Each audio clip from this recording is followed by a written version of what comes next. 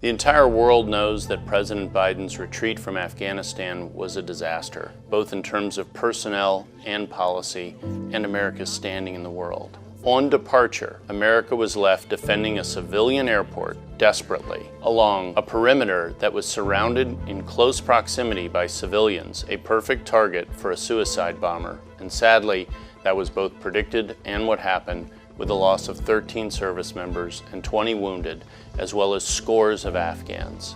That tragedy didn't have to happen had America departed in the right way, under the right conditions, as had been previously set, a plan that was abandoned by President Biden. The world is changing. We were left in an enclosed environment where our Afghan allies and American citizens couldn't get to our troops to be evacuated. Instead, what should have happened is a diplomatic and vetting presence should have been maintained inside a robust military perimeter outside of Kabul, the capital city, which had been taken over by the Taliban.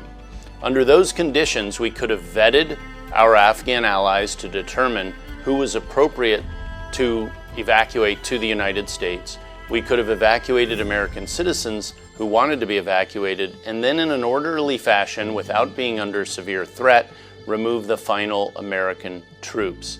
That is not rocket science, and yet somehow President Biden and his current military leadership failed to execute that very basic evacuation process. They failed, unfortunately, so miserably that even our allies, some of our closest allies, the British Parliament, have held the president in contempt, and thus the United States as well. This tragedy did not have to happen. America didn't need to lose the standing it did in its departure, and this will take years for us to rebuild from.